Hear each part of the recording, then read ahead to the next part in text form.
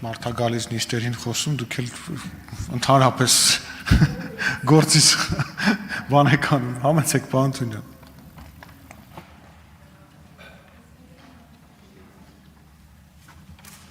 Շնորհակալություն, հարգելի գործընկերներ։ Ճիշտ ասած, խոսելու ցանկություն ու պատճառ առանձնապես չունեի, բայց սիրտս վկայում էր, որ մի այնպիսի բան կասեք, որ պատասխանելու կարիք առաջանա։ Պարոն Ավետիսյան, ես գիտեմ ինչի եք դուք տենց ինձ վատ վերաբերվում, որովհետև ես խանգարում եմ, որ վեր կենաք, բայց ես շատ լավ եմ վերաբերվում։ Խանգարում եմ, որ դուք վեր կենաք, ասեք ինչ-որ բաներ ու անցնի գնա, որովհետև փորձում եմ օբյեկտիվ իրականություն ցույց տալ։ Հիմա այս ծրագրի մասին, որ ասում եք 16 միլիոնի, չգիտեմ դուք հասցրել եք պաշտոնական լրահոսին ծանոթանալ թե ոչ, երեք վարչապետի մոտ տեղի ունեցել քննարկում այս թեմայով, որին ես էլ եմ մասնակցել, ընդամենը մի հատված կարդամ։ Հանդիպմանը քննարկվել են ծրագրի ընթացիկ, ինչպես նաև հետագա շարունակականությանը վերաբերող հարցեր։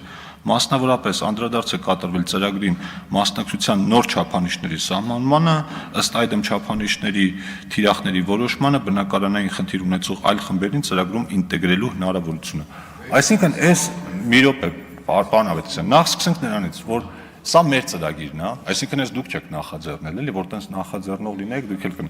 Երկրորդը, մինչև այս պահը 2000, պարոն Ավետիսյան, ինձ էլ զուգահեռ խոսում եք։ Լավ, հերիք քայլի, ինչքան կարելի ասենք, էլ նայում ձեռով եմ անում, չի կարելի։ Վերականգնեք պարոն Թունյանի ժամանակը, նորից 3 րոպե տվեք։ Ահագին ասելու բան կա։ Մինչև այս պահը 2250 գործարք ա տեղի ունեցել։ Գումարային որ նայում եք 35 միլիարդ դրամից ավել փող է։ Այս պայծրությամբ կա մոտավորապես եւս 400 հայտ, որոնք քննարկման փուլում են, եւ քննարկման հնարավորությունը, որպիսի հետագայում այդ ծրագիրը ավելի թիրախային դառնա, որտեղ այդտեղ տարբեր հարցեր կան, սկսած նրանից թե մարդիկ իրականում տան կարիք ունեն թե չէ, կարող է Երևանում հաշվառված լինեն, գնա ժամանակավոր ուրիշ տեղ հաշվառվեն, բայց ուրիշ տեղ տուն ունենան, այսինքն այս բոլոր հարցերը թիրախային պետքա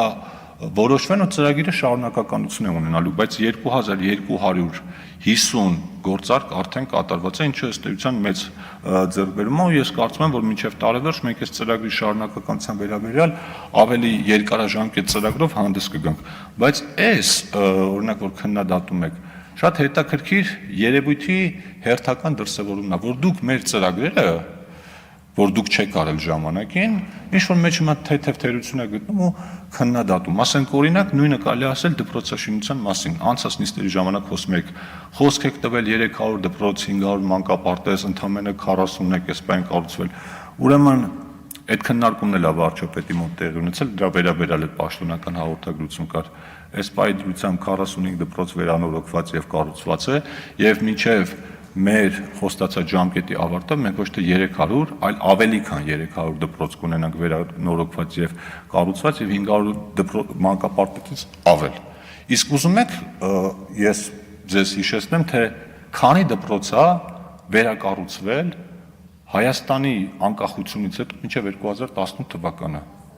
Ընդամենը, եթե չեմ սխալվում, 200 դպրոց, որից կեսը աղետի գոտում, այսինքն անհրաժեշտությունից ելնելով։ 5 տարում այս իշխանությունը դպրոցաշինության այնպիսի մասշտաբներ ապահովել, որոնք որ 25 տարում չեն ապահովել ու դա էլի շարունակական է լինելու։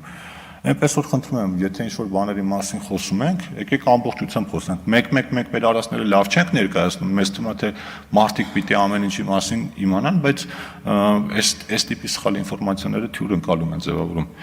Քանի որ ժամանակ կա, պարոն Մելքոնյան, ձեր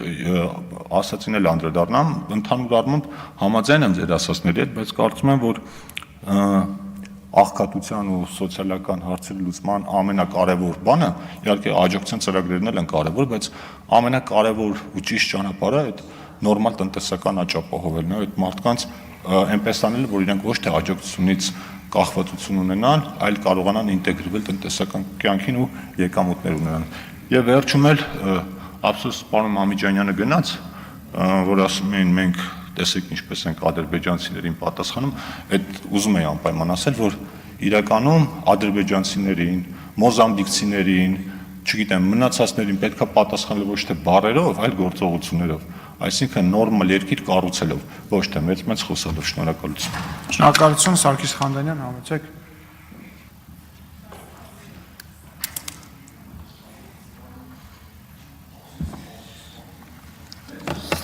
Ազգային ժողովի մեծարգո նախագահ, հարգելի գործընկերներ, ես ստիպված եմ անդրադառնալ իմ նախկին տեղակալ Հայկ Մամիջանյանի հնչեցրած մտքերին, որովհետև այս ամբիոնի մոտ սուտ խոսել չի